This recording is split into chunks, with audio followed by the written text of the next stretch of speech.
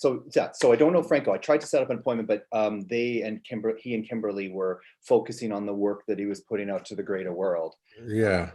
But they're sort of in they resided in a town just like an hour or 2 hours north of, actually about an hour north of where I am. Right on. Yeah, so we're live, but it's going to take a couple of minutes. No worries. It's I always love the sort of the pre-actual live banter that goes on, and I knew that as soon as I clicked the link, we'd be out there to the world anyway. Yeah. Yeah. Play now, so there we go. But let's see here. It's going to take probably 5 or 10 minutes before people catch on that we're on. Okay. Well, sorry, go ahead. That's strange. Hang on. Let's make sure it's on. Huh. Yeah, we've been getting suppressed. So that's strange. Huh.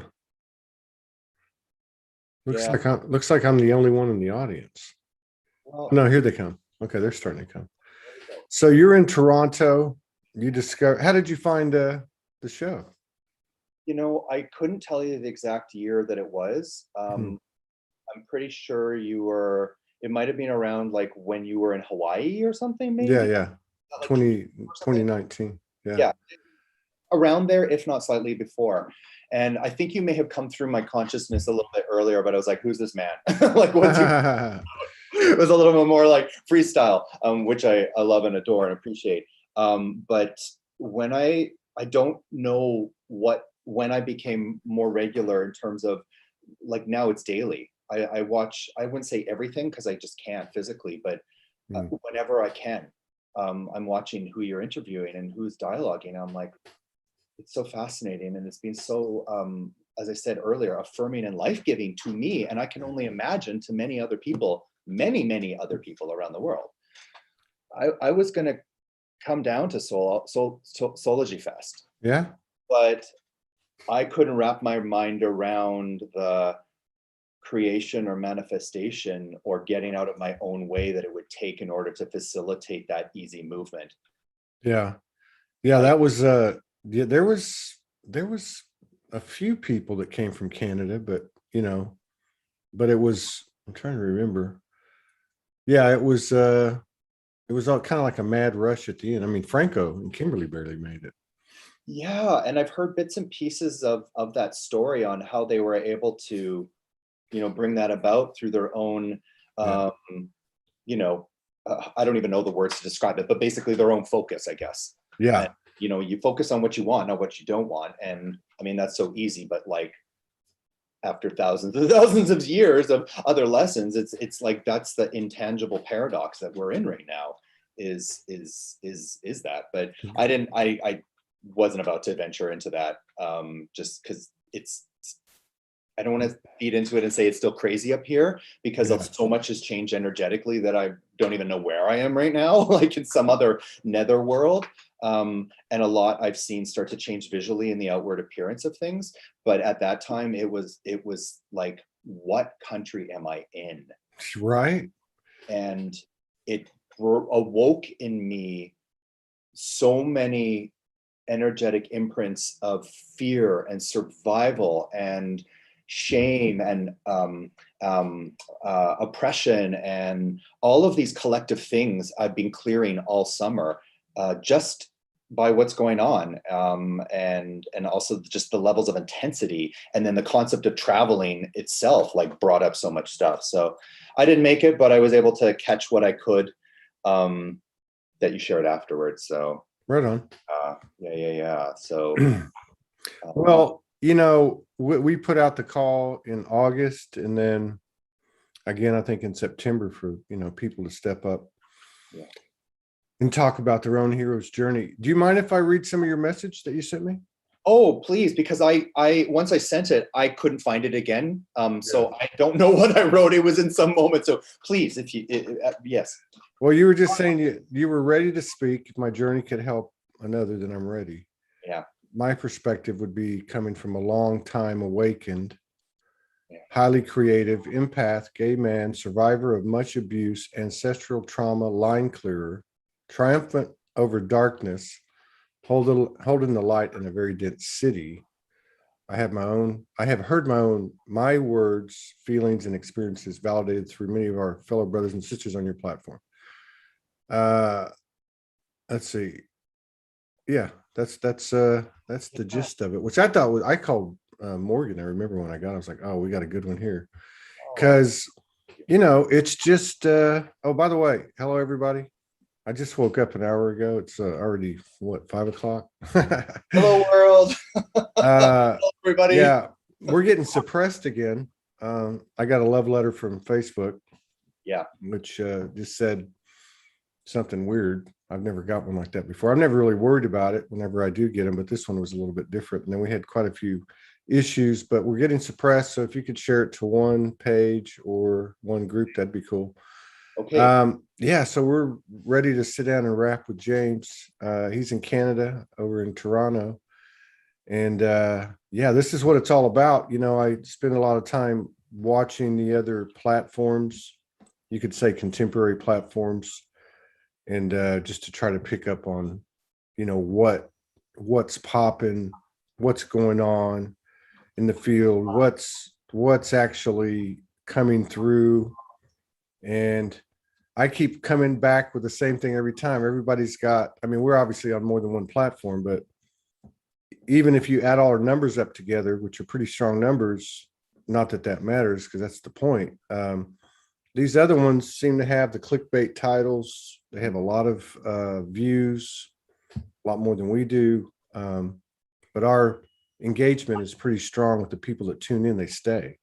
Yeah. So I just feel like that regardless of the clickbait out there, and I'm not knocking anybody, I still think that these personal stories are where it's at. And there's so much to learn from them. And like you were talking about in your own experience, I think people look at them and go, oh, I'm not the only one, and Precisely. And it's so there's so much comfort that I have felt and received from that very concept itself. I'm not the only one. Yeah. Even though this is my world and everything that is appearing is of me and from me and for me and maybe only me, I don't know, but in order to go on this journey, hearing the words of others is kind of like all I have now in a sense, other than what I'm creating for myself. But have you ever been on video before? You ever done a live? I'm probably a little nervous. My hands are like ice cubes, so that's a good sign that I am, because it's all right. I just love you so much, Todd, and what you're doing and what you have accomplished. And screw the suppression. I'm not on social media. I can't handle it. I'm too sensitive. Yeah. So I can't even make an account because I don't know if my IP is flagged or what. So Yeah. I can't do any of that. So I just don't. It's not healthy for me anyway. But those that are able to navigate through that, I have lots of respect, because it's a tool. It's another platform to be able to get the message out there. But with all that I was seeing and the degradation, yeah, honor and words and the twisting of that, I just had to delete it all over a year ago. It's a double-edged sword. There's no doubt. On one hand, it can teach you. Like my news feed. I only go through it to find memes to share into the Soulogy group, but you obviously pick up on things. And but over time, by unfollowing, not really unfriending, but unfollowing certain, as it comes and presents itself, my news feed, it doesn't take me long to find 30 memes or 40 memes that are substantial, because I've kind of designed it that way. But at the same time, there's the trigger effect of the news feed. You're looking at it going, what the hell? If you don't vote for Trump, get off my page now. Or if you're going to get jabbed, get off my page now. There's some interesting projections and polarity representations within the community itself, which, again, it's an opportunity to learn and integrate and expand. But yeah, I think that our highest downloads, transmissions, channelings, and activations come from conversations like this. You said that long-term awakening. When do you feel like you woke? a lot of people come on here and say, I was born this way and then I went to sleep and then I came back. Well, Yeah. yeah, I would probably, because I've thought about that, because I know that you sort of start with that, and I'm kind of thinking I'm some kind of combination of all of those things. Mm. I was probably born very awake, and like many others, that was systematically, shut down, beaten out of me, whatever. And so I became like a fractured shell of a human that didn't know how to emote or anything, because everything in my life was controlled. And so I went to sleep for a very long time. But in those moments of absolute darkness as a child and even adolescent, I still knew that there was like this tiny little flickering candle flame somewhere right in here, right in the Mm. heart. I could feel it. I could see it in all of my mind's eye, this flame that never went out. It never went out, no matter how dark things got. It was always there. And so, I keep going back to that. Like,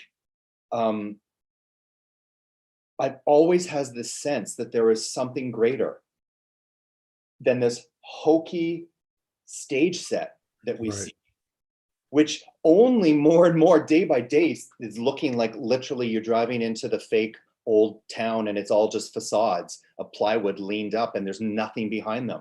Like, that's how I feel walking and being out in this urban environment. It's Wow. So not. you're in the city. You're in Oh, Toronto. yeah. Oh God, yeah. I don't know for how much longer. I've been wanting to leave for a while. But I'm right in the middle of like the east side downtown.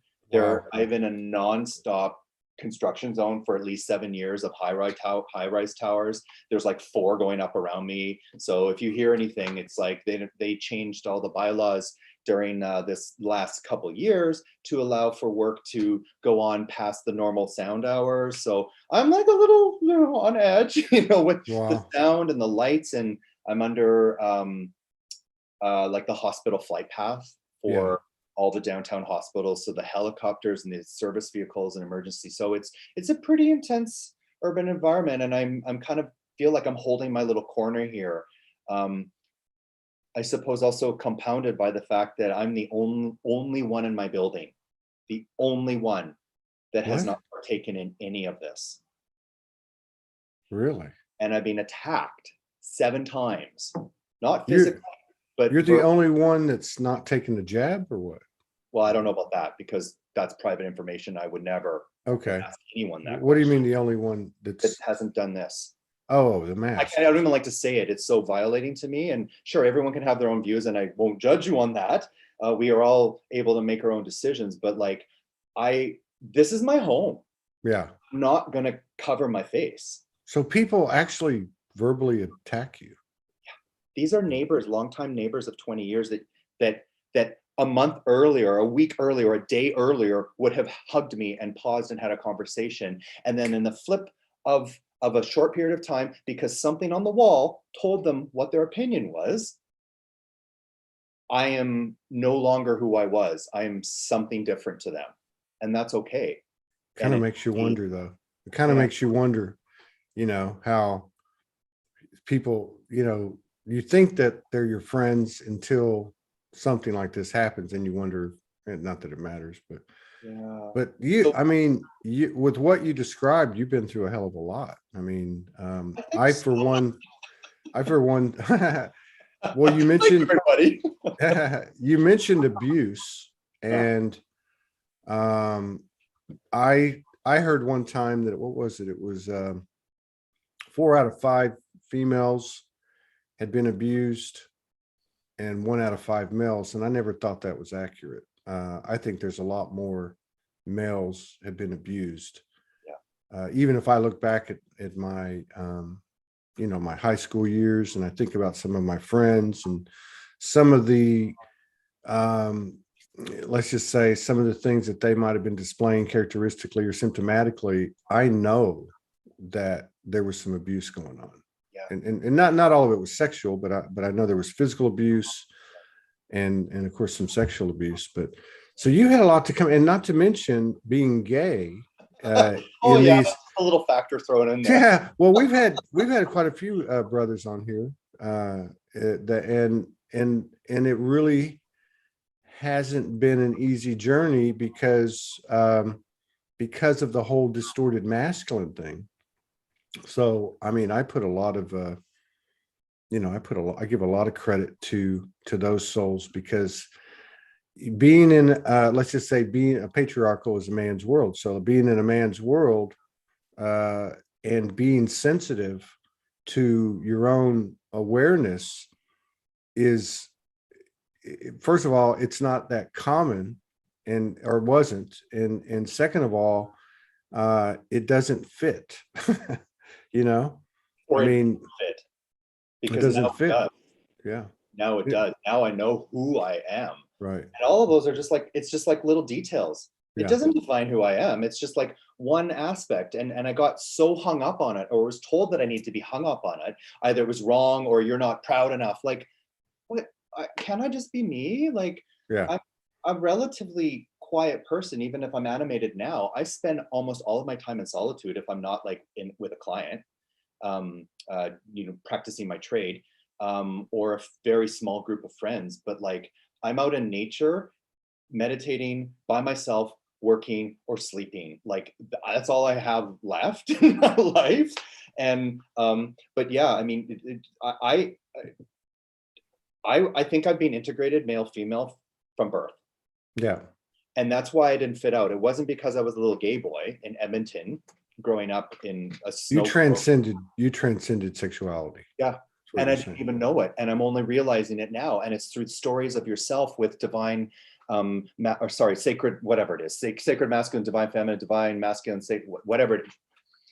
Well, however one wants to label it, until you started that dialogue, I had no realization that I, in fact, already was integrated.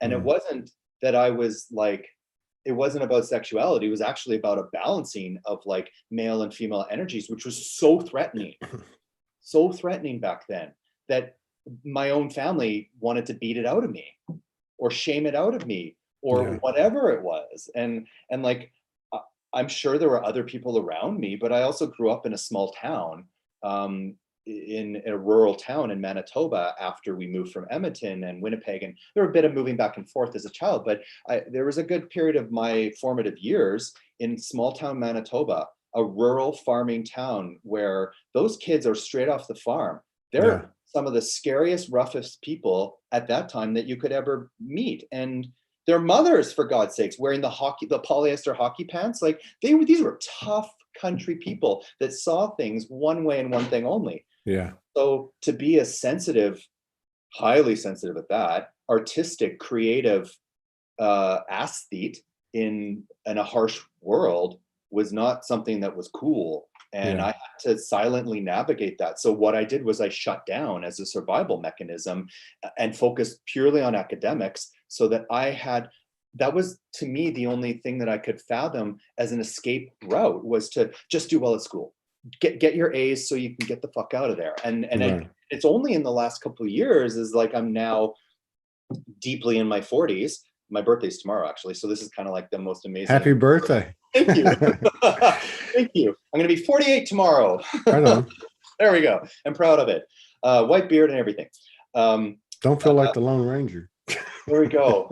Well, I had long hair, and I don't know if you've linked up who I am with my YouTube like comment handle. It's not my name. It's something else. But what is it? What is the comment handle? First Minor.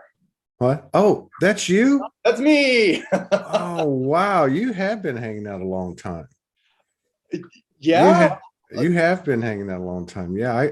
I don't do well with replying and stuff. I just don't have time, but I notice it's an energy thing. But yeah, you've been around a long time. I mean, you've been around since, because we really didn't even get into YouTube until almost 2 years ago. Okay. And at the time we had like 200 or 300 people, and you were on there.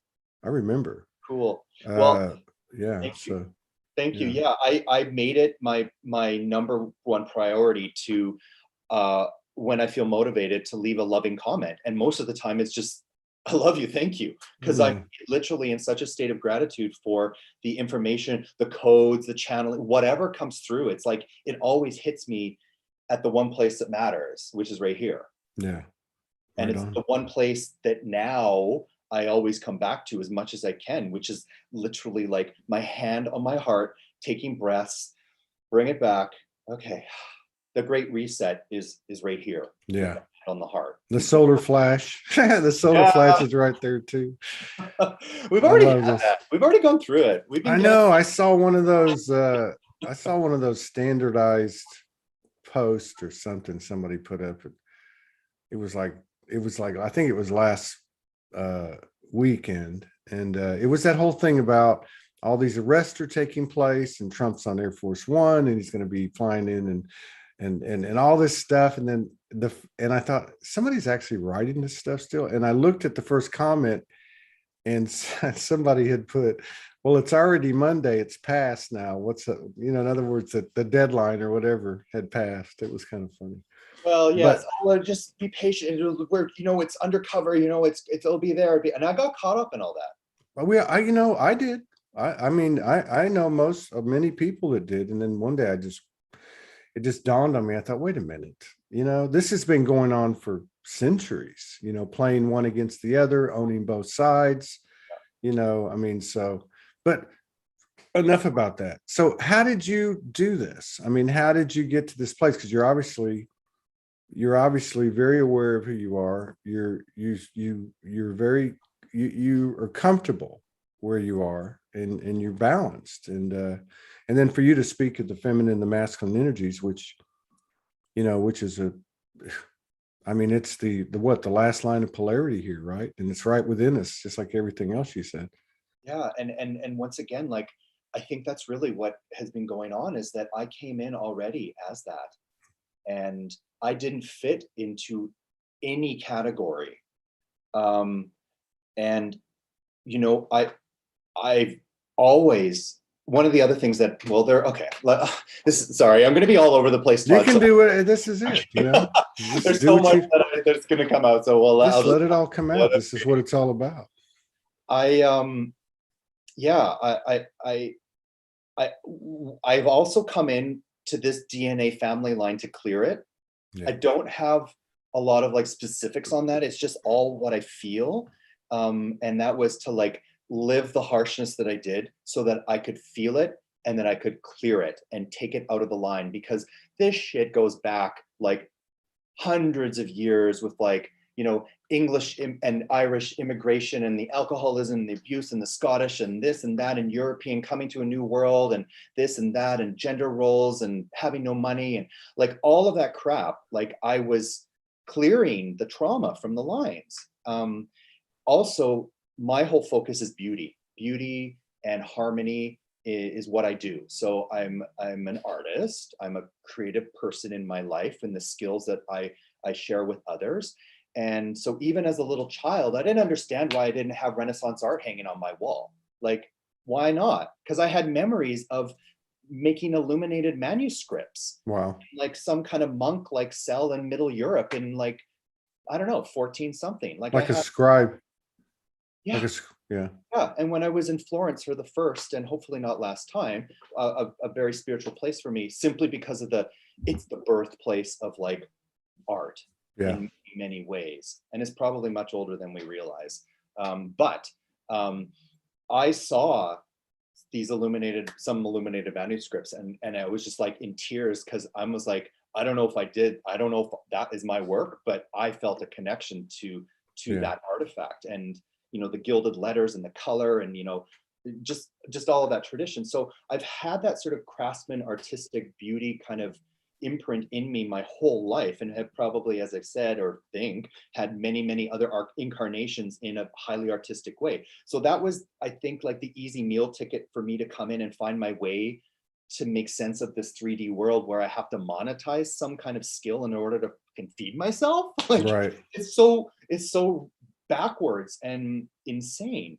But that was always from a child. So I was always I liked pretty things, so dolls, and flowers, and gardens, and grass, and animals, and clothing, and dress up clothes. And as a kid, and I always wanted to put on the dress because it was nicer than the pair of pants, because that's the crap that I had to wear every day as a kid. And so, and it was fine until I got to a certain age, and then all of a sudden, smack, it was wrong. And I was what the happened? and then I Yeah. fragmented Yeah. and I split. Like so many people that are traumatized, they become a shell of themselves because they know that what they are, they can no longer safely express. They can no longer share honestly. So they become dishonest and shut down. And then instead of me becoming one of taking the path of like self-abuse through substance or striking out and abusing others, I abused myself emotionally, psychologically. And then that what turned realized many years later, in fact, just a couple of years ago, oh my God, I have CPTSD. What the hell is that?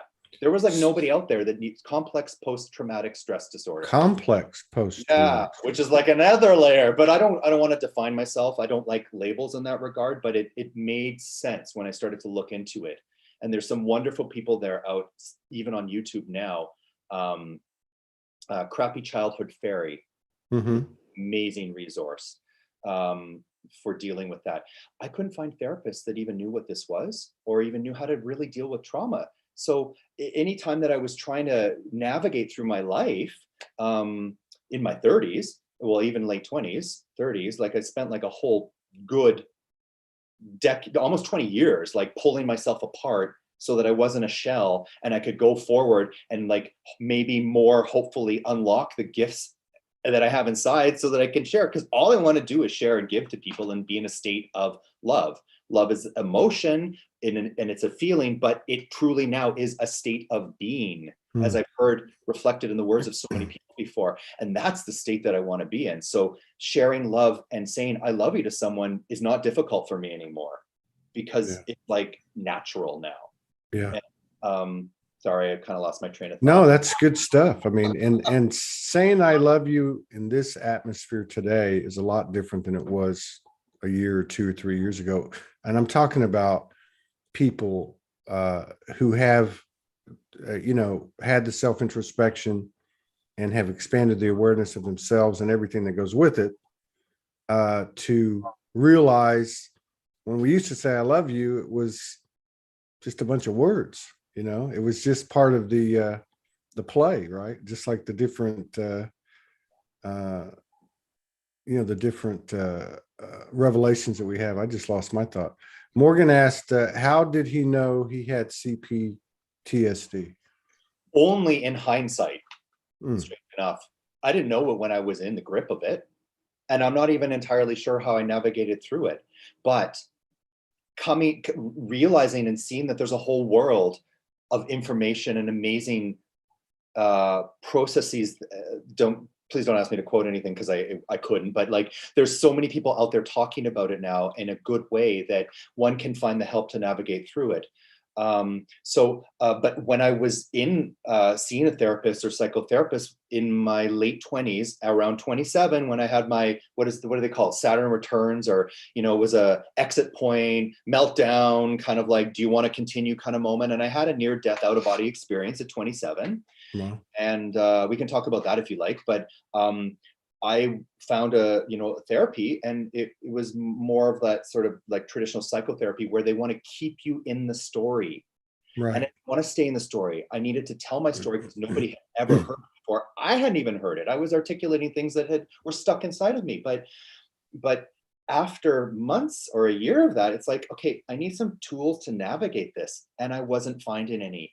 And then I spent like the next 20 years yoga, diet, food, sunlight, traveling, trying to find new friendships, cultivating hobby, all of these things which are so valid and so valuable to discovering oneself. But I had to do it on my own because I couldn't find anyone to help me. And that's the path that it has been. And so I've come out of my sort of like hermetic healing phase. And now I'm like, okay, how can I share this wisdom to maybe lighten the path for someone else? And be like, I hear you. I understand what you're feeling. Let me share my story if it helps you in any way. I don't know. Did you go through that path of having memories come back to you from this incarnation of like abuse and different things you had forgotten about or blacked out? To a certain degree. I think I always, because I'm a Scorpio, And I'm a 4-time Scorpio at that. So I've got it 4 times in like 4 major planets, plus my moon is Cancer. So I'm like super emotional, super intense, super animated, super private, super like all of these things. It's like, it's almost too much for me sometimes. But sorry, what was your question? I mean, did you have to deal with like flashbacks or Oh, events that happened that you hadn't remembered to that point? I pretty much remembered everything, but I didn't know how to unlock the emotional imprint of what those events meant. So I had to kind of systematically or group certain types of traumas or events together so that then when I was ready to deal with the bullying at school or all the teachers just turning their blind eye and not paying attention to what was going on in front of them, or you know, like the fear of being me walking down the hallway knowing that like every day I could fucking die. And I mean, there's people that are in war, so I don't take that lightly, and I'm not making a joke of it. But like, No, I I know what you mean. want to die at school or die at home every single day, and that like did a number on me. How did you transform that? How did you? I escaped. Yeah, and then in terms of like as you were pulling it all together in your late 20s, how did you? Were there certain modalities that worked for you, or did you create everything in your own energy field? Well, I've tried almost everything, and meaning modalities, but I can say from a physical standpoint to unlock the body, because dis-ease we know is blocked energy, was like myofascial Rolfing structural integration type of massage therapy, where it's not working the massage, it's not chiropractor, it is working all the fascia and connective tissue, which is the glue and the membrane that holds everything together. So I never understood, like after getting a massage, like it would be sore, or it would never go away, or whatever it was, or you know, and a chiropractic adjustment. Not to, there's some wonderful people doing magical things out there, but for me, you can't force something and then expect it to stay if everything around it is not held in alignment. So the only thing that ever enabled me to unlock the physical trauma that was stored, and then all of the anxiety that started clearing as a result of that, and then having the channels flow smoothly, was that form of myofascial release massage, as well as fasting. Fasting for me, major. How long do you fast when you fast? I now I'm at a point where I don't really have to follow a schedule. I don't really eat 3 times a day anymore. Like I just can't eat that much food. I don't have, first of all, the day isn't 24 hours anymore. So like, who has time? What's up with that? I don't know, Todd, because I thought it was like 12 and then it was 8 like a year ago. And now I feel like it's 6. Like it's dark outside, and it's like, I mean, I don't know, Todd, like sometimes I can't even get out of bed, and I don't even know like what day it is. Like it's just been so intense. So I kind of like live like nomadically in my own life. Like, okay, I guess it's going to be this right now. You know, So I think a lot of people could relate to traumatic childhood episodes. And like, so when you escaped, did you see those patterns coming around again through other experiences and other people? Oh yeah. Oh so God, yeah. Those lessons never stopped until I went inside, accepted myself fully, and then made changes on that. So there, of course, I was taken out of the exact situations that would have caused things. And I had familial contact for a number of years, and then it just kind of just floated away. But my escape was physically head down, win every award, get straight A's. You can just get to university and get out. Because that's all I had. That's all I knew to come to me to be able to sort of escape. And it's only in the last couple of years that I've looked back in hindsight, I'm like, oh my God, I did it. And I set that plan in motion when I was like 4 years old, if not 3, you know. I was like, and then, you know, that was how much horrifying at the same time. No, that's fascinating. How much of the trauma that was trapped in your body would you say was not even from this life? Oh God. Oh my God. Because it sounds like you were already aware. Okay. I'm going to see if I can try and articulate this, because this has actually been the work that I feel I have been clearing for this entire summer. So from about like March, when it got crazy, I feel like something happened in March, like spring equinox. Yeah. I don't know if I got struck down for 5 days just before that or 5 days after, but I went through like a 5 day, like, oh my God, I've got kidney stones. I'm going to die. I fasted for 5 days and like, then I was fine. Like it cleared. But it was like, because I think kidneys are they fear? They store fear I and don't anger, know. something like that. Every organ apparently is like your Yeah. liver is, processes like everything, emotions, and there's layers and density to it. And you can only get so far with a herbal tincture. And then you got to like get in there, and it can take years, but I don't think it takes years so much anymore. But for me, it did, because I started like 20 something years ago when I re-awoke, so to say. Mm. But what was happening to me this summer is that I would find, exacerbated by some plant ceremonies, I shall Hmm. say, um, and the amount of sunlight that was coming in, which I stood in and do every single day. So I felt like I was a conduit for that light to not only help myself, but also to bring it out. So I feel like even staying in this urban environment where I am, I'm an anchor of some sort, and I take Yeah. that seriously. And it's Yeah. hard for me to even say that, because I don't even want to be like, oh, I'm an anchor, but like I am. I'm like anchoring and sending out so that I can be that ray of unconditional loving hope for others when they wake up in my building and realize, what the fuck what have I been doing? Why am I judging everybody that has a different opinion than me? And I'm like, I'm going to quietly stand in that knowledge and not fight back, but know that in being silent and heart-centered, I'm like such a powerful warrior. Yeah. I don't have to say anything back. What was so? Oh, yes. What was the best discovery you made about yourself? Was that it? What you're talking about now, like being a pillar, being an anchor? What was the best discovery you made about yourself when you went within yourself? Learning how to love myself unconditionally, and then everything unlocked from there. My body started transforming. All the energies that were coming in, it was like, for me, that one of the keys, there might be others, but at least one of the major ones that unlocked was total and true self-love and acceptance. Like, oh my God, I love you. Thank you for taking such good care of my body and my mind, and caring enough to set 20 years of your life in this insane society aside so that you can heal and clear the shit. Because not only does it help you, it helps everybody else, because it ripples out. And I'm only just starting to understand that. And then what I realized, that I was going to finish my thought from earlier, which was the intensity of the summer and the amount that was clearing. Oh I would yeah. have certain attacks or things that would happen that would feel very personal, and would take me in that personal direction where I was like triggered, and it was like, oh, this is like, I'll give you I'll try and give you an example without being too personal, but something was posted in the laundry room in my building, and me being the only person who's standing in his sense of truth, it was a message of how to deal with anti-maskers. And I was like, oh my God, that's for me. Somebody has put that, and I melted down. I had a fucking meltdown, and I freaked out, and I was like, and I'm gonna be, well, there we are. I'm in too late now. The truth is out. I was on the floor, wedged between the toilet and the bathtub, with my head on the edge of the bathtub in a towel, with the most obscene wailing sounds coming out of my body.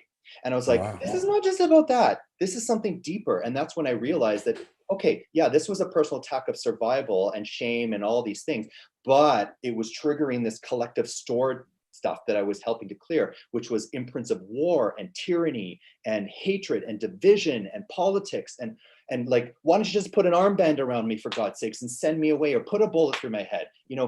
That came out. And I have not been in this life a victim of war. I have friends who have been.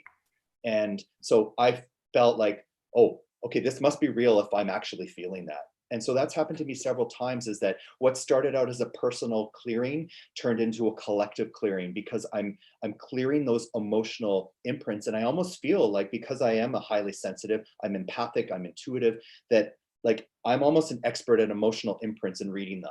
And I say that with all due like No, I got you. respect and humility, but like I felt so much shit in this life that I can identify it, and I feel it in other people. And I'm like, oh, that happened because of blah, blah, blah, blah. And it's like, I get like a little download of like, oh, you've gone through this kind of trauma or this or that. Like, not always, but sometimes. And then I'm like, oh, well, you can't put that on them. That's their stuff. But like, I'm almost privy to that information just by the field that they're putting out that I'm picking up on. And so Wow. imagine that as a child and not knowing that, and thinking like, oh my God, mommy's in a bad mood and I caused that, because that's the kind of one of the forms of abuse, is that it was not a healthy environment at all. There were undiagnosed issues, probably some of which I've inherited and worked through. But you know, when that type of sensitivity is not understood, seen, then what happens is that the individual who is sensitive thinks they're the reason for everything. They're the cause of it all. And maybe that's supremely narcissistic or not, but I don't know. But that's, yeah. Well, I guess at the end of the day, the empath and narcissist are the same thing in that paradoxical 0-point field that we can't really make sense of. But yeah. But and CPT, sorry. No, I was just going to say, for you, even because it is like a very fine edge. Yeah. The difference between you've just, that's really key. That's a hard one to digest. Well, I mean, for somebody to like you to even say that tells me how open they are and how self-aware they are. Because, you know, I think about it almost daily for myself, you know, either in retrospect or even in little subtle things throughout the day. And I go, wow, that's a narcissistic frequency. You know, like I'll say that to myself, like, wow. So, you know, it's not saying I'm a narcissist, but I have narcissistic frequencies. And I think the entire patriarchal is a narcissistic realm, you know, so what it's going to breed programs of narcissistic frequencies, you know. Yeah, so and being stuck in trauma and victimization is also narcissistic. Well, yeah, I mean, you know, martyr, I mean, there's so for you to be able to, I love this because it reminds me of Taino. I don't know if you saw Taino Galactica. Oh yeah, I've seen I think he's been on twice. He's been on twice. Yeah, he's going to come on. I think he's coming on Friday or Saturday. What's that? I was just going to say some of the things he says. Wow. Yeah. Well, this is what I'm digging. This is what I'm digging about this conversation about you, because first of all, you're in male form. Okay. And we know that, you know, we just look at the communities. I mean, they've been dominated by feminine or female incarnates, which, you know, we know that. But this year, there seems to be these male energies like yourself, like Taino, that are stepping up, like just like your letter said, I'm ready to come out now. I didn't know you were Ursa Minor on YouTube, which is, I'm telling you, you had to be in there when there was 300 people. There's like 10,000 now. But like I said, we didn't really use it. We weren't even multi-streaming. But what I'm seeing in these men is very recent.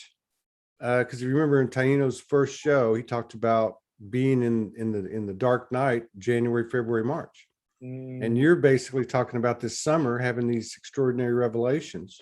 Yeah. You know, but and the other thing that's interesting too is the energy that they're putting out, like you and him, you don't see that, let's just say in men's circles, or we haven't seen it. It's always been about the bravado and the, you know, but it's like also the type of in a frequency that will turn heads. Even a man's head coming out of a bravado circle is going to go, hey, well, what's this dude talking about? You know, because that's a real strength, that openness, you know, because that openness is not just vulnerability, but it's transparency. You're just a wide open book, you know, which is powerful. It nearly killed me holding all this inside. Like, I'm no longer fractured. There's one version of me, and it's what you see right now. Right. And I might be a little more quiet sometimes, or a little more animated or crusty at some moment and super happy the other. But like, I don't hide any. I can't squirrel anything away anymore. And I bring it to this, and I think I've heard people say similar things. But the train has pulled out of the station. Yeah. And no baggage is allowed. Yeah. Carry-on is allowed. Maybe a tiny little wallet with like a little shred of ID. That's it. Like, we can't have anything unpacked in us anymore. Otherwise, we're not going to be able to take what is coming and ramping up. Like, it's so intense. The energy is out there right now. And I'm not just saying from a polarized standpoint, but that is also happening as well. But I'm talking about the good stuff that's coming in. It knocks you flat on your ass. Oh my God. Like the last 3 or 4 days. Totally. And I just, when that happens, I accept it. I'm like, I'm not getting out of bed today. Or, okay, well, it'll happen when it happens. And like, I swear I'm capable of like 10 emails and 1 meeting a day, and that's it. Like, and then I'm done. And then it's the end of the day. I'm like, oh my God. And I don't know how I did what I did. Yeah. Working in design firms, I do interior design and architecture as a living. Cool. And so, being chained to a desk and 9 to 5, all that job, and being forced to be creative all day long and forced to be billable all day long was asinine to me. And 9 to 5 became 8 to 6, and then 8 to 7 and 8 to 8. And all of a sudden you can't go to the gym and you're eating shitty takeout food in a job that you're growing to resent no matter how much money they're paying you. You're like, what kind of life is this? I can't even practice my trade in a loving and open and creative way. It has to be monetized and forced into some narrow stream of how to express this. So I became self-employed a long time ago, which in itself has almost has very much insulated me from what's been going on in this city in the last whatever period of time. And that's a real blessing, because I followed that gut, and it was the scariest thing. One of the scariest things I ever had to do was to be like, there's more security in me finding my own way with no security than there is staying in a job with a parent security. And so that was a big thing. That was, well, I mean, that's the thing, I try not to say it anymore, but I'll say, because we do appreciate it, that we appreciate all the love, support, and contributions that allow us to keep doing this every day by the seat of our pants. And I say, but that's not a complaint, because that seems to be the way things work. So I try not to say that, because I don't want to, build a lack frequency. But what I'm really saying is this is how it works. Yeah. I mean, you literally don't have anything, and you have, like in the old paradigm, you have bills coming up before you. And it used to be like, you go into whatever. I mean, you go into just a frantic, angst and the whole 9 yards. But now it just, whatever you need comes. Yeah. And it's a really weird kind of thing. And it's really, to me, taken a more expanded form this year. So tell me, Todd, have you found that as easy as it can come, as easy as it can be taken away? Well, I think that, for me, that's what I would call, like, I don't know, like humility, like understanding that nothing's yours. Like, I guess the way I would answer that is, and really, we just went through this, still going through it. And, which is, you can't hold on to anything. Don't hoard anything. Yeah. And I think that pressure is going to grow. So for instance, I might have on a given day $300 or $400. I see something comes into my field. Now, if it's, let's say it's the bill for the internet, if I don't hesitate and say, oh, well, it's not due for 10 days. If I pay that $100, boom, right, without any thought or any second guessing or anything like that, any fear, then what I notice is it comes right back 2 or 3-fold.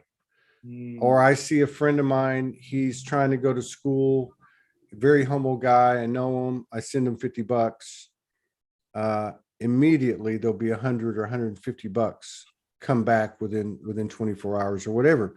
So there's something about that. There's something about sharing everything. And if this is the age of the Trinity, where anything I do, there's a potential that I can serve myself, you, and the collective equally, then to me, that's where it's at. Yes. So it's I think that's the big part of the feminine energy that's rising in us, that you're anchoring, that I'm anchoring, and other men are starting to anchor, That's the creativity being allowed to flow. And we think of creativity as just art or creation, elements, but it's a frequency. Yeah. That, to me, that creativity is what we're talking about. Like, that creativity is letting it come and letting it go, right? And not holding up anything in the collective machine, because as within without. Yeah, I mean, this is all moving very fast too, Yeah. in 2021. Oh my God. Well, then there's Jason, who says, like, we've got 26 days now, or 22 days left before like the end of 2021, just with the like calendar doesn't line up with like time and dates and all these things now. And it's like, okay, maybe, like, I don't know. I mean, I have no idea, but I just, like, I don't even know what year it is anymore. Like, it's just like, it's just this big sort of like gloopy kind of thing. And I know this summer I've experienced some weird time things and odd things happening, which have been like, wow, this is so cool. Like, not like outright crazy things like, oh, there's a ship in the sky, which is not so crazy anymore, but like cloud stuff and storm stuff, weather stuff and water stuff and light and vibrancy and color and like animals. Oh my God, I've had like animals coming up to me, wild animals. Yeah. I was cycling and this coyote ran out of some mangy coyote ran out. This is way down along the lake. We've got bike trails on Lake Ontario, which is lovely. I spend most of my time in nature as much as I can. But this coyote like ran out towards me and then just stopped and was like looking at me, and I stopped and I was like, hey, how's it going? There was no fear in my heart, about this wild mangy coyote. I was like, okay, see you later, And then one day I stopped on my bike and all these squirrels and sparrows and pigeons and other birds like gathered around me in a circle. I'm like, oh my God, what is going on here? That's illumination, I think. So they're like seeing more of me, or they're sensing like, oh, he's a good guy. Yeah, and or they're attracted to the light. A lot like I've actually seen that happen. It's happened to me, but I've actually watched it with Morgan, when we were traveling, and it was like Snow White, they just all start coming out. And they're not all right up next to her, but we'd walk outside and there'd be 7, 8 different types of birds, there'd be deer, there'd be this and that.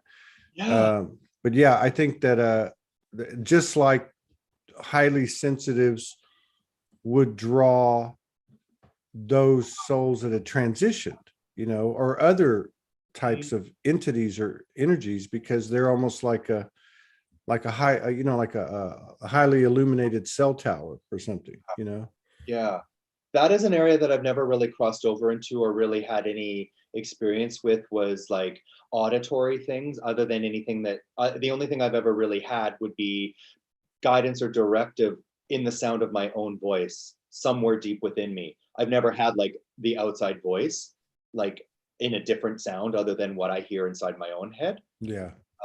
But I know I know when it's like I know what that's my higher aspects or guides or whatever you want to label it as, speaking to me in that regard. But I've never had like psychic connections in terms of people that are gone or anything like that.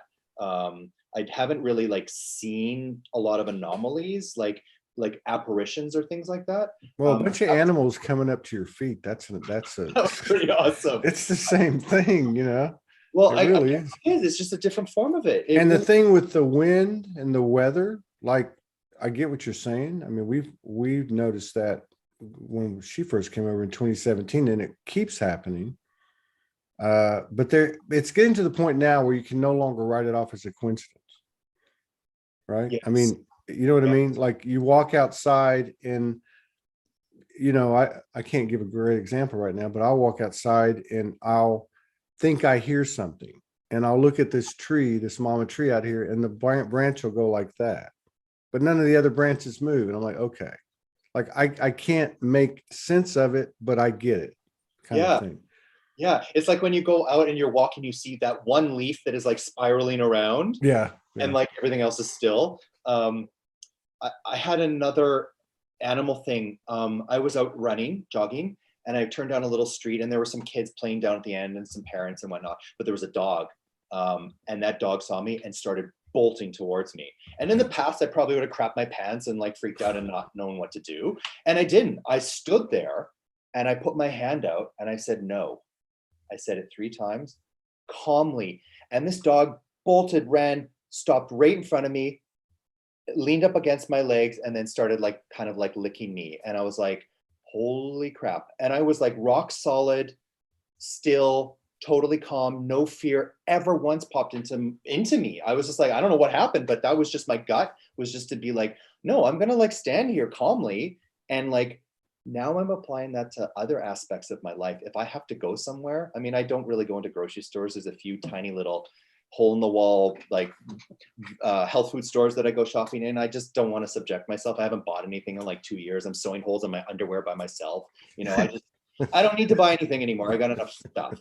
But but really it comes back to that, okay, I don't have to project, imagine, or think anything's going to happen, then what is going to happen in this very moment. So if I can find that peace and that calm and just be there, not be like, okay, I pray that this is going to be peaceful and everything's going to be, no, not even going down that path, not putting anything on it. That's right. That's basically asking for it, right? I mean, and you're right. There's something about being in, because 2 things, like to me, have gotten loud this year. One is in a quantum field, if I look at this printer, if I look at whatever, I'm creating from how I take it in, compute it, and perceive it and spit it back out, right?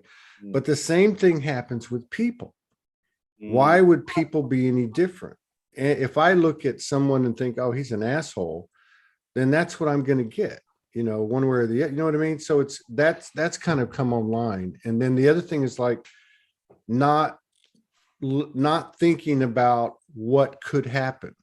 Yes. So, you know, it's like, and there's something about, like in your situation with the dog, there's something about, and to me as a metaphor, although it was literal, but there's something about being in that free space that is spontaneous.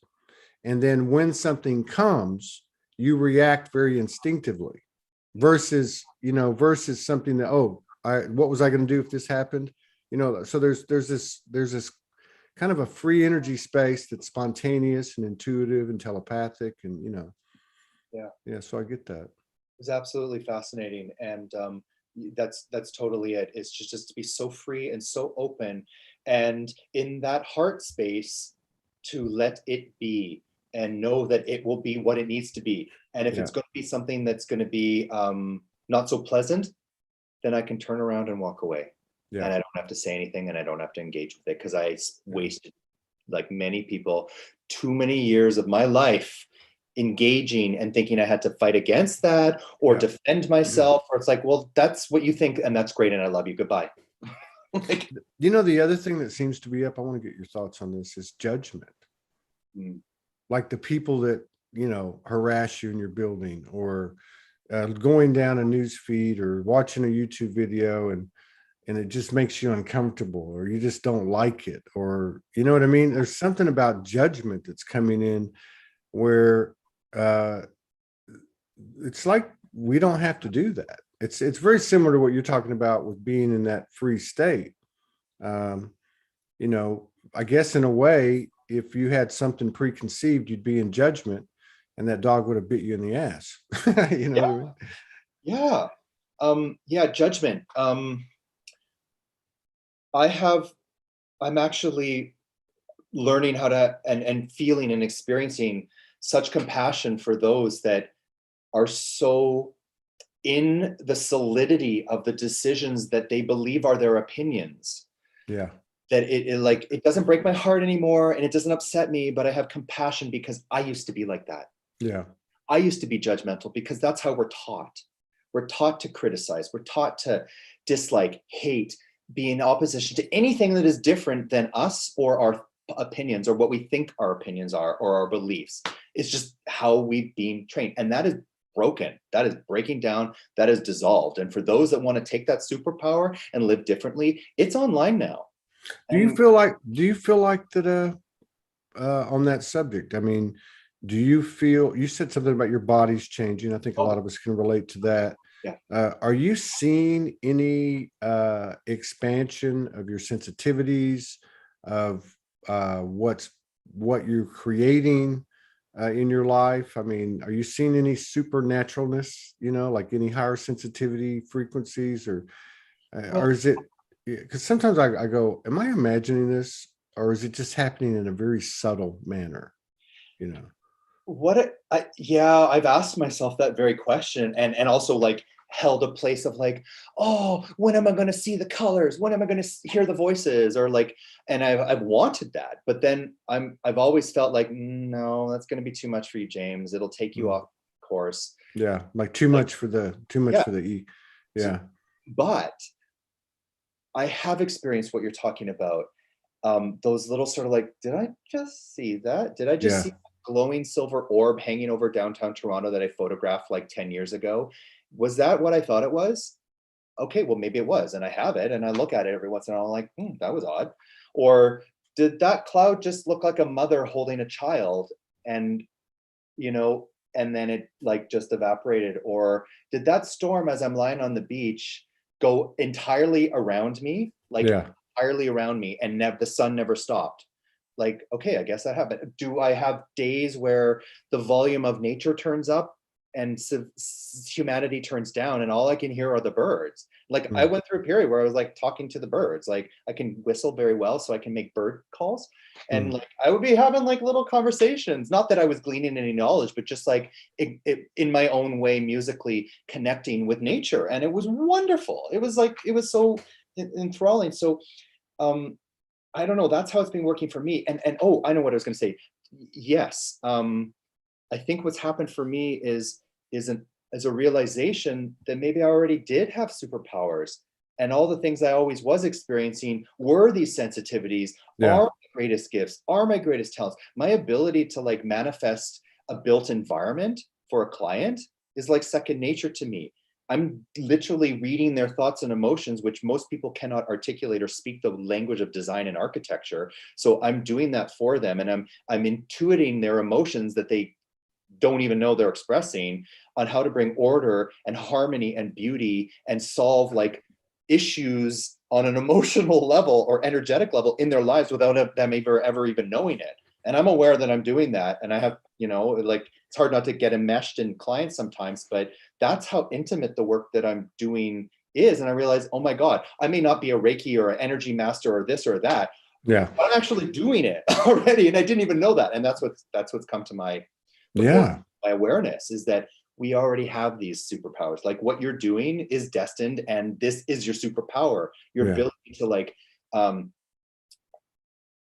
pull the threads and weave this gorgeous tapestry of mystery and life and questions and answers and journey. Like that's a superpower, because you're Yeah. bringing everyone together and creating this network of people that allows them to feel comfortable to speak their truth and to be in a loving space. And who cares if that's not what a man does? This is what I do, and this is how I am now.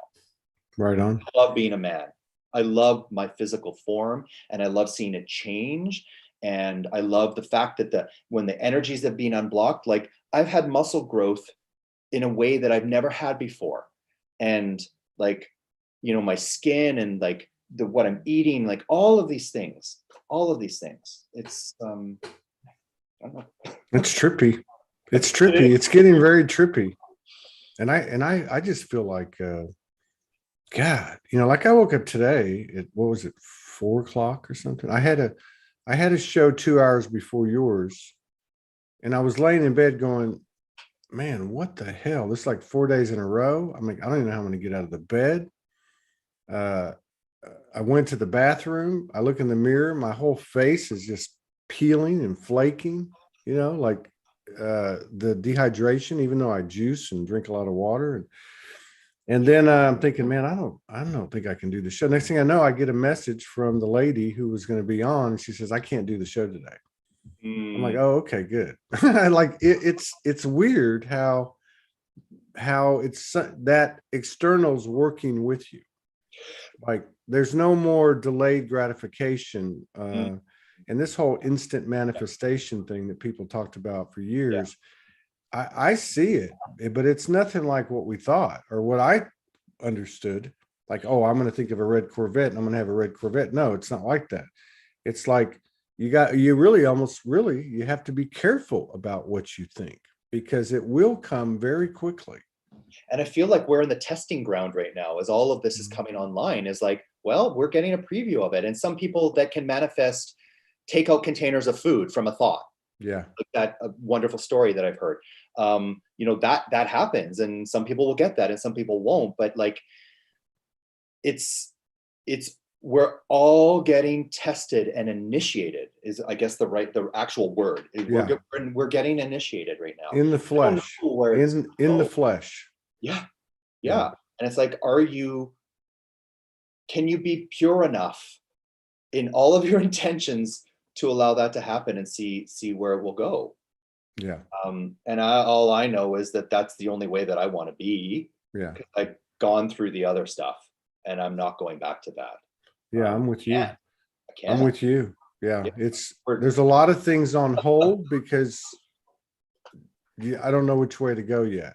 Yeah. Yeah. There's a lot of things that are just kind of like sitting there and I'm going, okay, could, like that's one thing too. Like, you get information and how do you explain that? Everybody's different, but you just get this knowing like what you're to do with your passion or whatever the case is. And to go do it. And I can see where before two things would happen. One is you get the information, think you got to go out and do something like structure something like 3D-ish, like, or you get this thing comes in and I realized that I didn't act on these things before because there was too much pushback. There was too much programming, too much conditioning. But now you see people, you're talking about the frequency or the being love, like they're being free, I guess is another way to put it. Which is impressive. It's very impressive to see people making ballsy decisions, and they seem like little bitty things, but they're not. They're big. They're really big things. Yeah.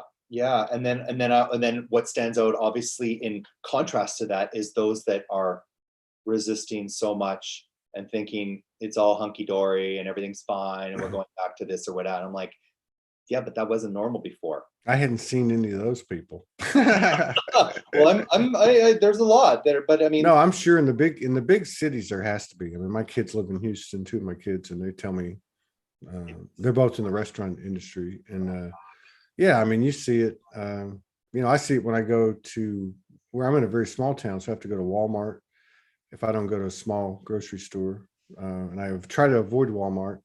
But the crazy thing is, about 3 days ago, Morgan and I are just riding this thing. We're like, wow, like, and we woke up going, wow, what is going on? I mean, you can't explain it. It's just like, what is happening? I go to Walmart and I'm checking out, which I normally check myself out because don't like dealing with people. And this young lady's there and she's like, how's your day, sir? And I'm like, oh, it's good, And I looked around and it was like Christmas. Like the entire atmosphere in Walmart was like Christmas. Everybody had a smile on their face. It was the weirdest thing. I'm like, what the hell is going on here? I'm finding that as well, is that in the encounters that I have with people that normally would have been like, I'll call them the scared people, because that's the only way I know how to describe it, because I don't want to judge them, but they're the scared people, the people in fear. I mean, if I know that there's going to be like, anything, that I'll avoid, but those that I can tell are open, then I'll engage. I'll be like, how are you today? Like, and have a little chit chat. And however, I do have to say one of the most fulfilling things is when I do make those genuine connections with somebody who is not in fear and is in a similar place as myself out in the world, and you just have a random conversation and it's like the most joyful sharing that can happen. It's like you acknowledge in another person what you're acknowledging in yourself, and you're both doing it simultaneously, and it's like, wow, this is like it's so life-giving, and it's wonderful when that happens. Yeah. So yeah, I went into the convenience store last night. I stopped to look. I don't have too many vices anymore, but You I mean give them stopped. away, forced to give them away, right? Right. As we all are. But I stopped to get at this little convenience store to get some Mexican Cokes from Mexico in the glass bottle Oh yeah, with real because they sugar. make it with pure cane sugar. So I thought I'm going to treat myself. So I go in and then it's 10 o'clock at night. There's one lady working there. Can I help you find something? Because she saw me looking, and I said, "Dude, you don't have the Mexican Coke?" She said, "No, we've been out of them for a while. Ever since this whole thing's got more, heated with the supply chain problems and the COVID." She didn't explain all that. She just said, ever since this thing's expanded. And I said, well, what is it that you're talking about? Like, I was being a smart aleck. And she said, well, this whole thing that's just being run on the power of suggestion. Yeah. And I went, whoa, because this is like small town Arkansas, real just laid back, simple people. And I thought, wow, this chip Isn't just that a whole nailed load of it. truth right there? Yeah. So yeah, you're right. I think there's a lot more people tuned in than we might have thought. And it certainly seems to be changing rapidly as the catalyst is COVID and all its, all of its sub programming or, that type of thing. Yeah, and that's a whole other area. I don't even know what I think about that anymore, other than like whatever divine plan it is, or wasn't, or turned into, or I don't even know. But it certainly allowed people the chance, if they chose to go within. Yeah. And I was already within, and I went even more within, and I took it, and I'm like, yeah, like, what are you gonna do? What are you gonna let go? Because like, there's not much more that can be taken from you. I mean, yeah, Right. of course, but I've had years of no income, like 2 in a row, and I was like eating from the dented canned aisle, and no vacations, and then all of a sudden, like, I didn't, in the past where I would have gone down fear and cashed out all the savings and things like that, which I have also experienced in the past. It's like I was like, no, let's just keep positive and know that something's going to happen. Then all of a sudden, like, bam, something happened, and it's like given me an opportunity, a commission for the last 2 years. Yeah. So I just don't want to have fear about those things anymore. Yeah. Because who knows how the systems will change? They're broken, they're stupid, and I don't want them around anymore. But we're gonna have to go through some kind of transition, I guess. I don't know what that is yet. I don't know how that is. It is what it is, and I'm just happy to be alive. And I've got another couple 100 years left in me for sure. That's what I'm saying. Yeah, like that's what I'm saying. I'm saying, it could be it could be several hundred years. There's something about what's happening that makes these potentials realistic. Yeah. I mean, I'm not attached, but there's a part of me innately that knows I could be around for quite a long time if I want to be. Yeah, if you want to be. Exactly. And like, I know we're going to see Franco soon. I miss him, and I've never met him, but I just love him to bits, and Kimberly, and I love you, and I love Morgan, and I love like everyone that comes on, but like specifically, like, there's a core group of you that I've discovered that have helped me more than any other therapy or self inward direction ever has. And I don't know, maybe I'm speaking out of place here, but I don't know. I think we might end up like reconnecting with him sooner rather than later in some capacity. Yeah, I think there's something to that. How that looks, I don't know. But, I don't know either, but yeah, I mean, I think there's definitely something to that. No doubt. No doubt at all. I mean, and what that looks like, I don't know. I mean, I don't know. Is it going to be like Lucy, the movie Lucy, where she's everything? I mean, I don't know. But one thing seems very apparent to me, and that is you're sitting there and I'm here. I know we're all one. You're a unique soul signature. I'm a unique soul signature. And those things that are, let's just say, not in a body are the same. Like that soul signature still exists. There's been just to me, there's just been too many things happen to me and what I've heard from others. So I don't know how that works. I don't know. But I was told 10 years ago when I reawoke or whatever, like, what do you do with all this information? Like, what the hell am I supposed to do? And I've heard many people say it. And I would hear, whatever you do, don't do what's been done before, which as time went on, that extrapolated to whatever you believe, don't believe what you did before, or, whatever you do, don't do, you know what I mean? So it's like, yeah. Sorry to interrupt you. You just No. totally reminded me of the concept that came in this summer of choice points. Yeah. Where it's like, in every moment, Yeah. you can either do what you did before, or you can make a new choice. Yeah. And so I'm like forcing myself in a comfortable way to make new choices all the time, because I'm like, I don't want to repeat that stuff. Right. And like, and that's from the point of like, well, I'm not going to think that crappy thought about somebody, even though I want to, because I'm going to make a different choice. Because that's the gold right there. Because we think making a different choice is something that's, a little bit different than that, but it's actually what we're thinking. I was just going to ask you this. So we're on the same telepathic stream. Like, have you had any experience, any success, any non-success, or whatever you want to call it, with those people that charge you the most, like on a personal level? Like the people that are your antagonists, the people that are, you know what I mean, like to rub you the wrong way.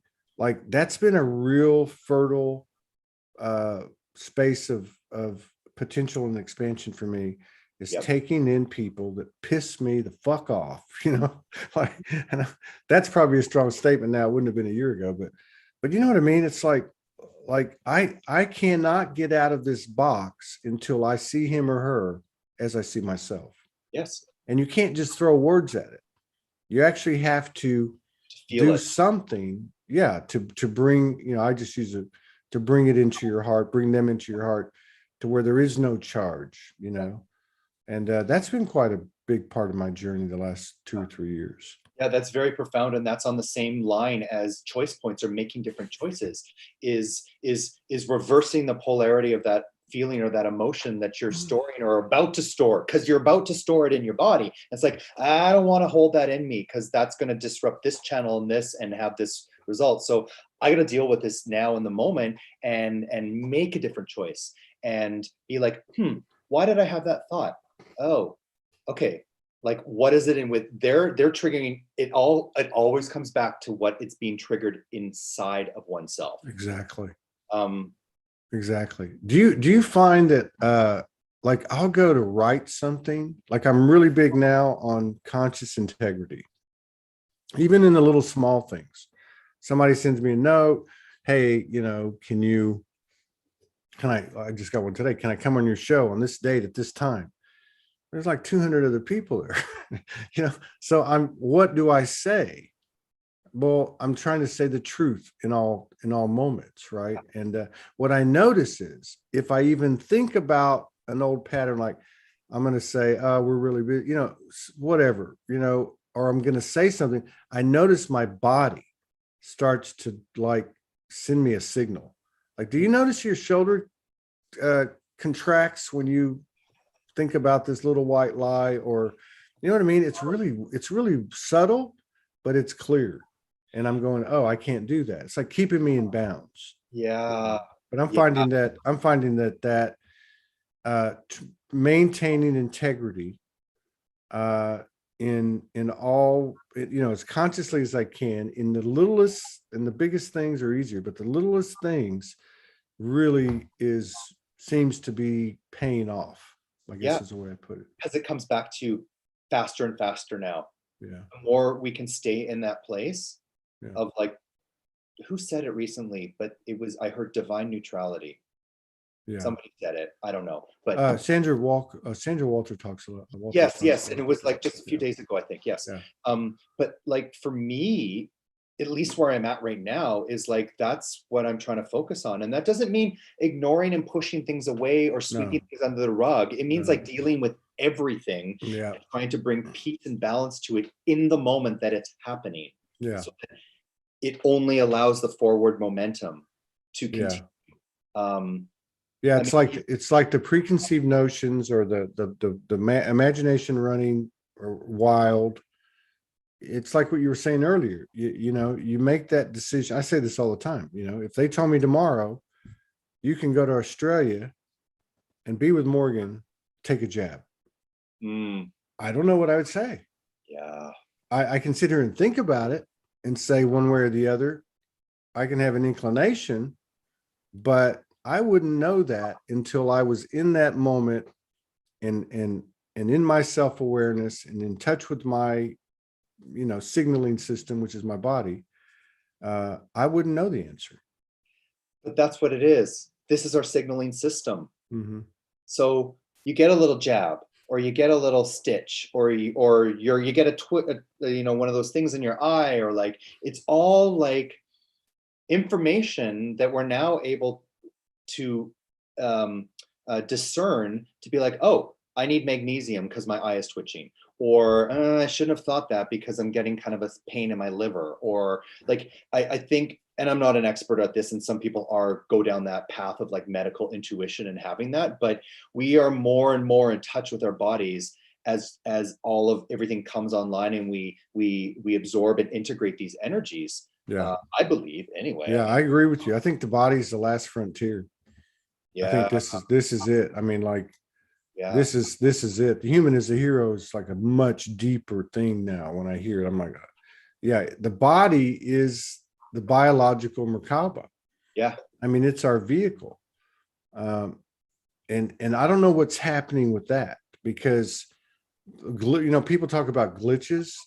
Yeah. I'm just, you know, talking to you, sending Morgan a note saying, hey, don't let me forget to tell you what happened last night. Because there's all these glitches happening, these anomalies, you know, that are no longer so infrequent that they're not anomalies anymore, because they're too frequent to be an anomaly now. I mean, it's like, what the hell's going on? The synchronicities, the way they're increasing every day, you know, not just numbers, but all kinds of things. You know, the episodes, like you were saying, you have a 3-minute exchange with some stranger and you walk away thinking, what the fuck just happened here, man? That was like a major, you know, like they were an angel or something, right? Like that, they were so fluid, you know, everything just, yeah, it's really weird. Yeah. Well, when I had my, I don't know if it was a real near-death experience, but I popped out of my body for sure. Yeah. And this was in December of 2001. So I popped out and I had a little conversation with aspects of myself or whatever. And what I got told was, you can go if you want to, there's no problem, but you have so much more work to do. So you can stay and finish it. And that was like 20 something years ago. And I was like, okay. And I don't know if time stood still. I don't know if anyone knew what was going on in the room around me. I have no idea. But like, I popped out, everything stopped, and I was looking down at myself. And I was like, am I going to have a heart attack or die here, or what's going on? And, you know, as soon as I was like, okay, let's do it. Send me back. Send me back. And thank like, you, sir. May I have another? Exactly. Oh my God. And my life changed from that point forward. That's when I invested in myself and went forward. So, wow. Yeah. So many people have Ursa Minor, man. I can't believe that I'm telling you, because there was only 300 or 400. I think when we started to use YouTube would have been, this is, what year is this? I'm like you, I can't even think.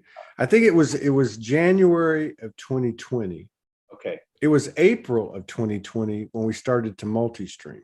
So that shows you it was probably, okay. So anyway, say January 2020, I think I made a concerted effort to start putting every show onto YouTube, because I would have to download it, upload it. Oh, were you doing it on different platforms before? Yeah, I was using BeLive, and that's not a multi-streamer. So I would be on BeLive on Facebook, then I would download the video, then I would upload it to YouTube. And because of the schedule, I wasn't consistent. But in March or April 2020, we started the multi-streaming, which means that everything went onto YouTube from that point on. So at that point, there was only, I want to say 300, maybe 400 people. But I had put videos on over the years, just sporadically, the music and these different shows, whatever. And I remember your name from day one. I mean, it's like, that's like, yeah, I remember your name, Ursa. Yeah. You and Bruce Fischetti, Crazy Bruce. Yeah, that's pretty cool. I'm no longer really in the live chats because I refuse to update my equipment. And so I can't see that. So normally I don't chat in the live anymore. But there was a time when I would be like, hey, how you people all, I remember you, and just like little highs and lows. But now I'll just like post a comment in the comment section. But it's not difficult to be supportive. It's not difficult to be loving. Once you get to that point, it's like I just want to be there. Yeah. Dude, I'm telling you that those people like you, I mean, God, I can't tell you how many times I'm like, fuck it, I'm quitting. I can't do this anymore, whether it's not having money or not make, just all different things that happen to everybody. But those little things always kept me going, even back in the day pre-YouTube, so I really appreciate it. And I'm seeing a lot of evidence of collaboration and connectivity amongst people in this Soulogy field. It's not really a community, I don't think, but it's like a field, which is a reflection of the universal or the earth realm collectively. But I'm seeing a lot of just, and I've always seen it, but it's really like fitting really quick now, like a Tetris. It's like going yeah, and it's nice. It's nice to see the connections, and it gives a lot of I don't want to say validation, but I guess that's probably the right word. Because so much of what you see, I guess, and let's just say the multidimensional experience is not by the old paradigms measurements.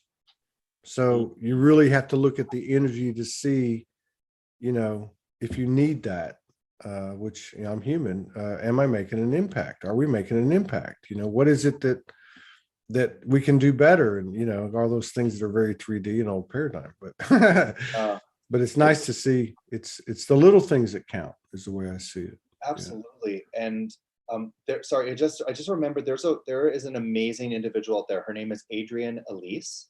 I don't think you've ever interviewed her, but she does like energetic astrology readings, but like intuitive, and like, oh my God, she's amazing. She would be, I would pay to see you interview her. And do you know her? Don't, only just from just from Adrienne Elise. And she is so talented and so wonderful and so online with interpreting what is going on astrologically with all of the energies and all of the crap that's going on out there in the world and clearing. I think she would bring an amazing perspective. I'll write that down.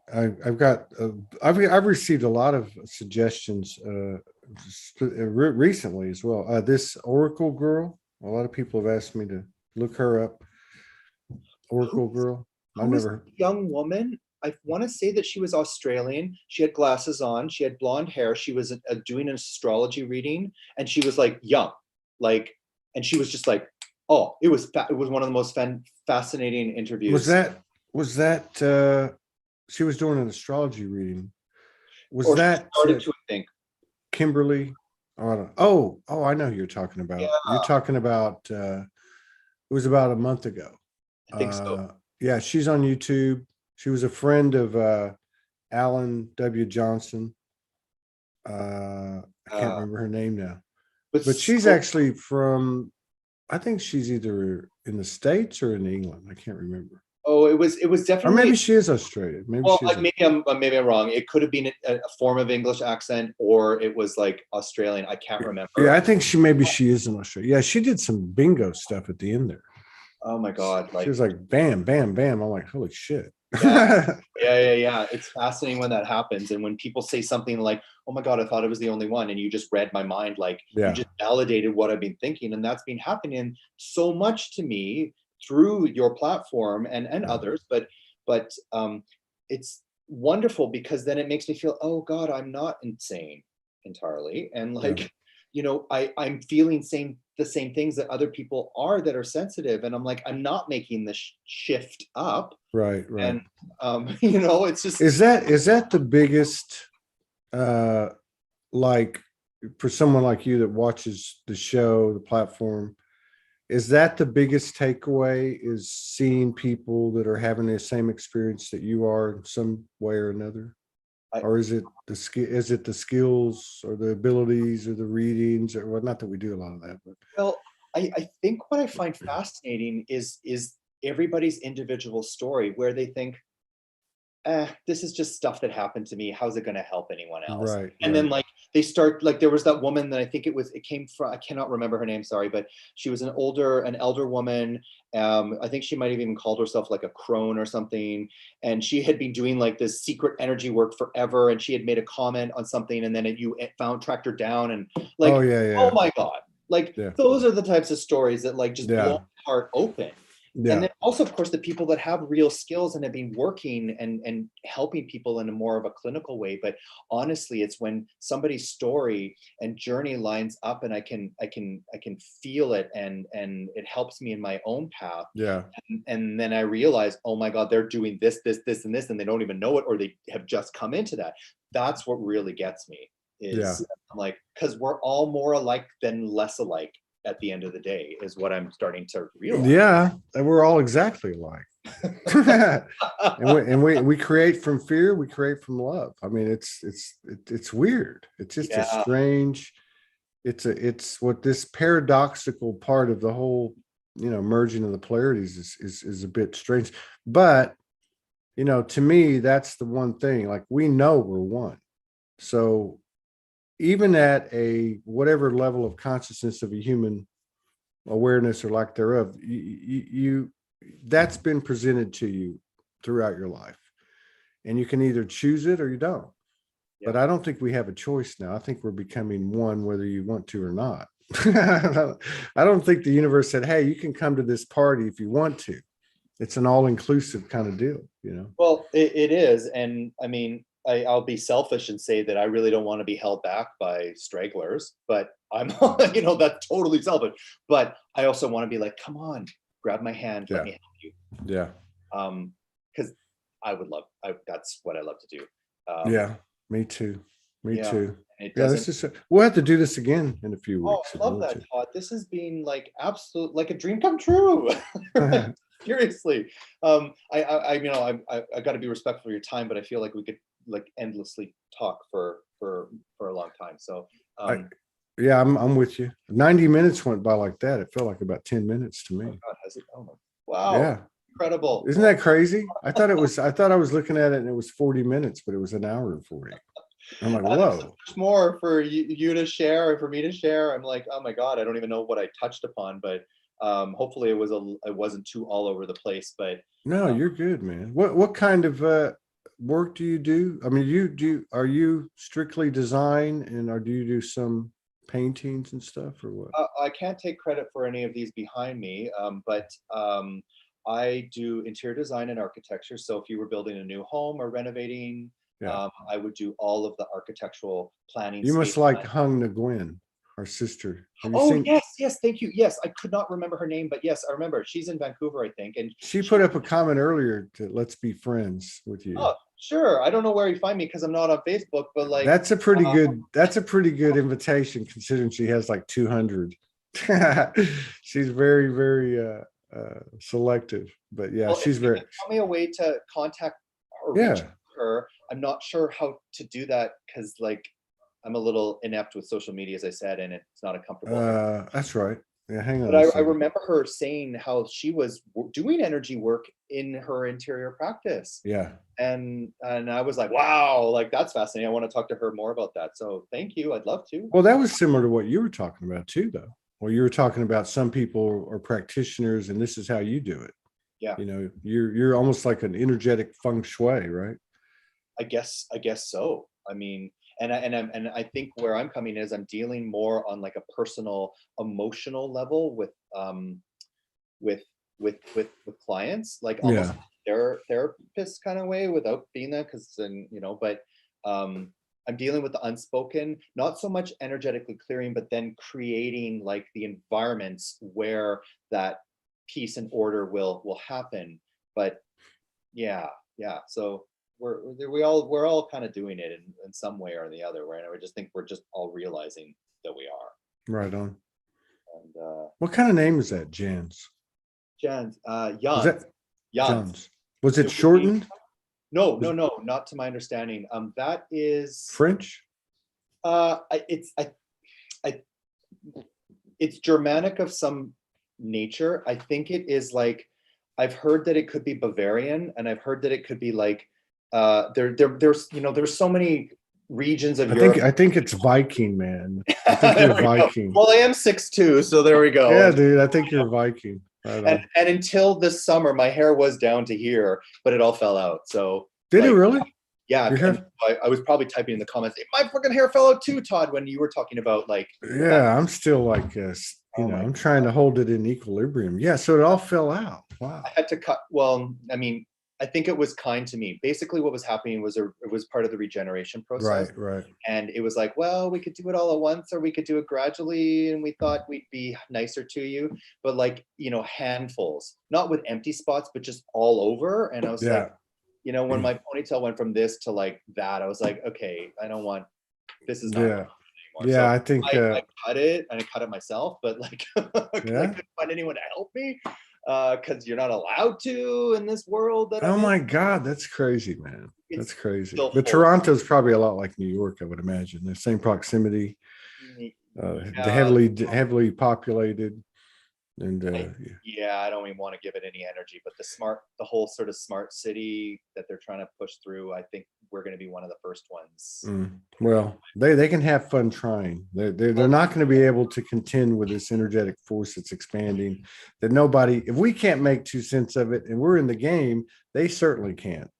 So, Well, they're not my controllers anymore, let me tell you. no, me either. No, no, no, no. They're I can take them into my heart in a heartbeat, and I see the the perfection of it all. But I'm anxious to see this physical transformation continue to expand, like it's already shown us evidence of it.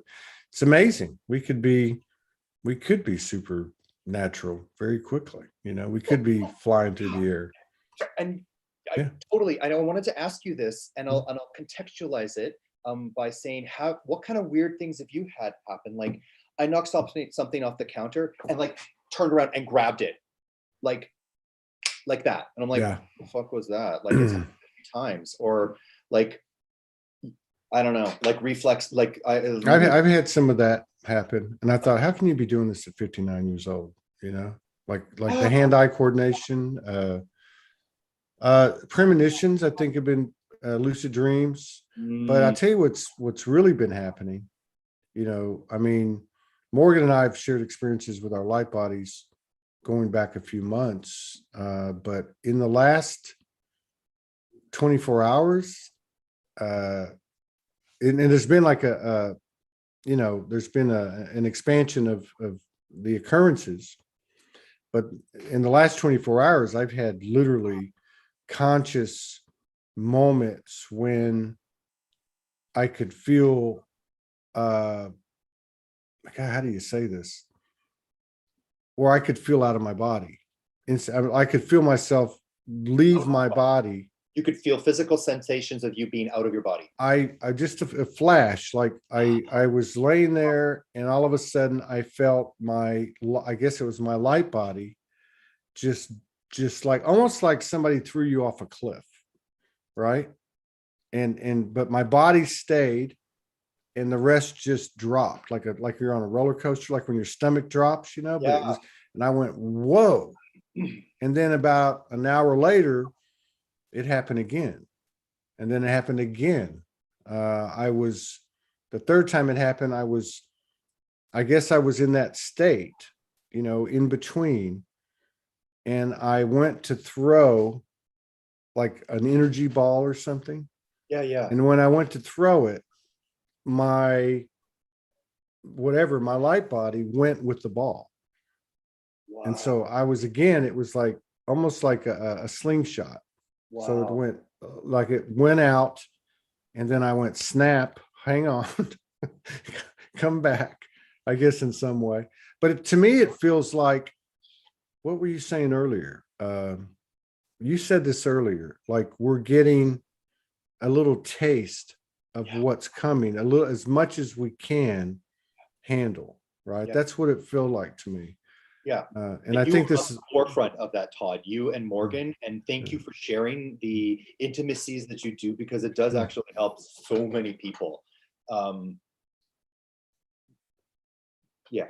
yeah, it's a, well, I think the whole idea is to talk about it. So when it's in alignment, when it feels right, not forcing anything, not trying to get views, not trying to, but really coming to the table, uh, and just sharing it like this, like we're doing. And then what happens is, and I'm watching it happen, is it makes people want to do it themselves. And Yeah. that's the best part, where people Yeah. can come out, be themselves, and walk away going, oh, wow, that was pretty cool. I want to do it again, which is what we need, this unimpeded, uh, what is Matthias de Stefano breaks up his understanding of the universe as it's been told to him, which is, the first one is expression, and then it's experience, and then it's integration, then it's transcendence, and it's a wheel. And we're constantly doing this, right? Yeah. So to me, the expression is like what we decide to do. And then you go out and experience it. And that's, of course, where so many lessons are. And then you integrate the information, then you start all over again. Like you said, it never ends. But I'd like Sometimes to get as much bang for our buck out of this one as possible, because I know this one's special. It has to be. It has to be uniquely special. This is just, Yeah.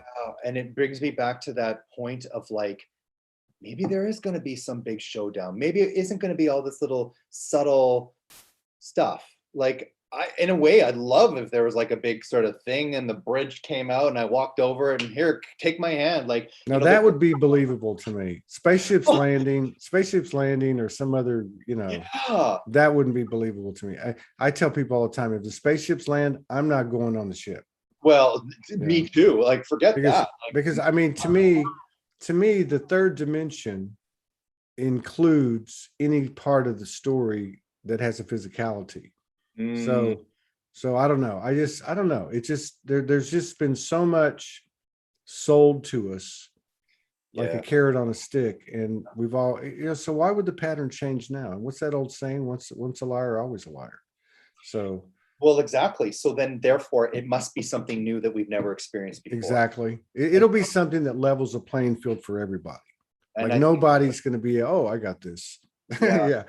And I If think one, it's already happened. We just don't really know it quite yet. I think so. I think so. I really feel like that's, if you look at Franco's intel, Jason's, there's 3 or 4 or 5 other people I could probably name if I could pull them from my 3D memory archives. But even Matthias de Stefano talks about 2024. So I feel like we've accelerated these timelines a lot, So. especially this past month. And what I felt this past month was like everybody got to the point of where they're like, hey, I'm fucking tired of this. Let's get this done. And then boom, there just seemed to be this huge expansion. I can speak to that, because right around, what was it, 10/10 or something, October 10th, right in that zone, I feel like I felt a whole chunk of collective fear like go. Yeah. Where like people weren't, except for those that are still going to, they're not like avoiding me on the sidewalk and crossing to the side when they see like me. a fear of survival. goes. Yeah. And I'm like when you just go, you know what? Yeah. Like that lady that was in Adelaide, South Australia, where Morgan's from 2 or 3 days ago, with all the nurses that went down because they were getting fired. oh, And man, she lit it up for like 15 minutes. She lit it up. I have not find seen that, it. Todd, because when you Yeah. said that, I was like, oh, I would love to watch that. I got it. I'll send it to you. Let me make a note. I'll send it to you right now. Yeah, I was fascinated. Yeah, that was pretty powerful message. And it goes to how you have said several times is the, excuse me, hiccupy, the divine feminine rising and their warrior powers coming online. Yeah. As they integrate masculine with feminine. It's fascinating because, you know, I had a conversation today with somebody that has small children, and it's like they you know, like the mama bear, like you don't mess with that energy when there's something to protect. And now I feel like with these amazing individuals, and specifically women standing up, it's like, no, that's the truth. That is the truth. When a woman finally stands up like that and says it, that's it. Yeah, that's right. And that's the part of us that's all coming up in all of us. You're right. Like where we look at everyone. God, I'm getting like major flashbacks from last night. Now I can't tell what was in my physical experience and what wasn't. But the message was that those that are said, okay, so like the energy that's taking the leadership role, for lack of a better way to say it, is that which looks at every single other person as a son or daughter or a child, you know, or you know what I mean? Like coming from that perspective, right? Versus what we've had. Yeah, I think it's going to be, if we go back to Franco's 10 days before the election, which would have been what, 2019? 2020. I think 2020. so. 2020. He said, we haven't chosen which path to take. And obviously this had ramifications far beyond the US. It was an earth energetic decision. And that if we went the road that we're on, it would be much more chaotic, but it would be faster. Yeah. And that in 2.5 years, we'd be in the same spot either way. So that seems to be happening, because you're starting to see, even in the mainstream media, you're starting to see some dissension being expressed, you know, beyond psyops. I mean, just well, I mean, it's hard to tell what is and what isn't anymore, because it's true. like is. But I mean, I'm happy to hear that. I will say that what I do hold a little bit of space for is for that shit to finally be spoken about. Yeah. But my future and where I'm going does not depend on that timeline. That's right. Fact, I don't want to get pulled into some like extraterrestrial timeline. I have like no interest in that, or like this landing or this happening, or no. I'm like, I just want to be in this love space and be focused on humanity moving forward collectively. Exactly. Embrace all of the gifts that we are. And I don't want those distractions. I don't have any desire for that. I don't even have a TV and haven't for like at least 12 years. I can't watch the news. I can't read the paper. I can barely stomach watching movies anymore. I'm like down to Downton Abbey and like Schitt's Creek and like interviews with Soulogy and meditation. Like that's all I can tolerate right now. Yeah, it's very hard. It's harder and harder to watch this stuff. It really is. It really is. To like an old movie and I see the programming in it and I want to throw up. I know you can't watch it. You can't watch it. It's like, it's so weird. It's like you're standing in the studio with them, and you're like, wow, this is like totally just pretentious and like checking off the list of the agenda points that they're embedding into the frequencies of what they're putting through the vehicle of entertainment. And I'm like, it's comical now, but it's also absolutely sickening to me. So, but I'm not judging it at the same time because I can't be in that space. But so I just don't go there. But so I'm a little bit out of the loop in terms of like how the world is getting their information. So I don't think we have to. I think we just feel our way, right? I mean, it's almost like we're in Forrest Gump bubbles that are becoming impervious to those frequencies. you know, those frequencies that are, let's just say low vibration or the old paradigm, it makes you wonder about the whole two earth thing or great divide. Like, I don't know. I'm with you though. I think it's all right here, you know, in here. Like Yeah, I can live what I want to live. there is something to that, because I think Franco and Jason have both said it, and probably others, because, and I felt it as well, is every time the energies rise, the bottom falls out. And so Mhm. less dark can follow, less There you negativity, go. less old Yeah. patterns. And like, to the point where I could barely tolerate any of those frequencies within my body. And they're like not even really existing anymore. I Yeah. still, They don't stick. They don't stick no, anymore. They're no longer a point of context. They're a memory, and they're something that we might know, but they're not a point of context in terms of our life. oh, Like they don't give us a charge anymore, right? sorry, I wanted to throw something out because it just Mhm. came to me. And it had to do with like releasing traumas and shame and not judging yourself for the knowledge that we now have, to then go back and realize, oh, I should have done this. I should have done on what you know now.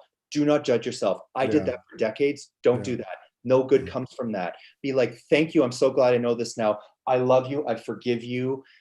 I know better. Move forward. Yeah. And sorry, that just came to me because No, that's a great point too, because I go back to what you said earlier. It's all about every time we make a choice, what we've done is just create a new choice point.